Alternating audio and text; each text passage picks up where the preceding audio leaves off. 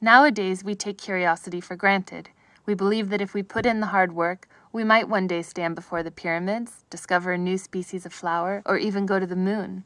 But in the 18th and 19th century, female eyes gazed out windows at a world they were unlikely to ever explore. Life for women in the time of Queen Victoria was largely relegated to house chores and gossip, and although they devoured books on exotic travel, most would never leave the places in which they were born.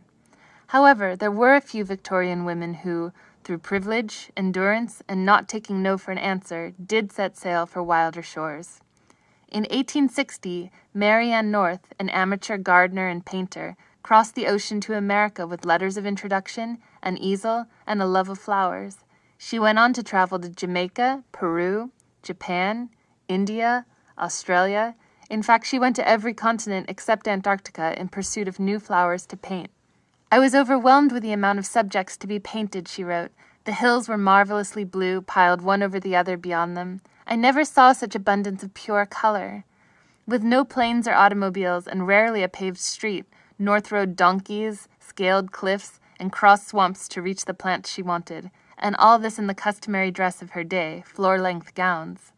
As photography had not yet been perfected, Mary Ann's paintings gave botanists back in Europe their first glimpses of some of the world's most unusual plants, like the giant pitcher plant of Borneo, the African torch lily, and the many other species named for her, as she was the first European to catalogue them in the wild. Meanwhile, back in London, Miss Mary Kingsley was the sheltered daughter of a travelling doctor who loved hearing her father's tales of native customs in Africa.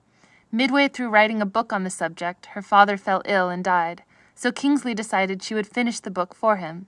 Peers of her father advised her not to go, showing her maps of tropical diseases, but she went anyhow, landing in modern-day Sierra Leone in 1896 with 2 large suitcases and a phrase book. Traveling into the jungle, she was able to confirm the existence of a then mythical creature, the gorilla.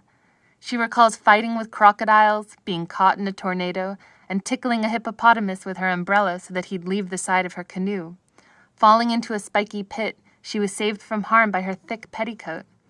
"A good snake, properly cooked, is one of the best meals one gets out here," she wrote. Think Indiana Jones was resourceful? Kingsley could out-survive him any day. But when it comes to breaking rules, perhaps no female traveler was as daring as Alexandra David Neal. Alexandra, who had studied Eastern religions at home in France, wanted desperately to prove herself to Parisian scholars of the day, all of whom were men. She decided the only way to be taken seriously was to visit the fabled city of Lhasa in the mountains of Tibet. "People will have to say, 'This woman lived among the things she's talking about. She touched them, and she saw them alive,'" she wrote. When she arrived at the border from India, she was forbidden to cross, so she disguised herself as a Tibetan man. Dressed in a yak fur coat and a necklace of carved skulls, she hiked through the barren Himalayas all the way to Lhasa, where she was subsequently arrested. She learned that the harder the journey, the better the story, and went on to write many books on Tibetan religion, which not only made a splash back in Paris, but remain important today. These brave women, and others like them, went all over the world to prove that the desire to see for oneself not only changes the course of human knowledge, it changes the very idea of what is possible.